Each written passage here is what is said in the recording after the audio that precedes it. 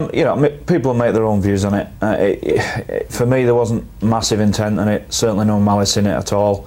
Everyone seems to be having an opinion about it, but we'll take it on the chin. 7 games is not ideal for us and not ideal for Rangi, but you take it on your chin and you've got to use your squad. We've got Theo Fage, who's an excellent young halfback who's going to relish the opportunity to play there consistently with Michael Dobson. So we've got some players, and we're looking forward to this challenge ahead of us. And Niall Evans is really staking his claim for that fullback spot, isn't he? He is. He's got a knack of being in the right place at the right time. He's got some subtleties he needs to work on in his game, but certainly to be able to sniff a gap out and an opportunity out is something that you can't coach. And Niall's got that in abundance. He knows when a break's going to happen, where he needs to be, and we just need to tidy his game up a little bit. But he always plays the game at 100 miles an hour, 100%, and you can't ask any more from anybody.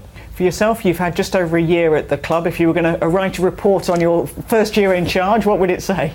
Emotional. There's a lot of work to do at Salford. There's a lot of things at Salford that we've got to put in place, and it's a process that we're going through with the club. We want them to be a top 4 club, and I want to make them a top 4 club. That'll take time. That'll take a lot of time, but we're heading in the right direction. And I think the results that we've had over Easter have showed that.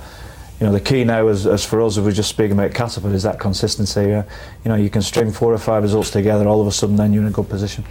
What is it like working for Marwan Kukash? I mean, you talk about emotional. He seems quite emotional. I mean, the tweet we had of earlier in the season of had enough, and he said he was considering walking away. I mean, he seems quite an up and down character.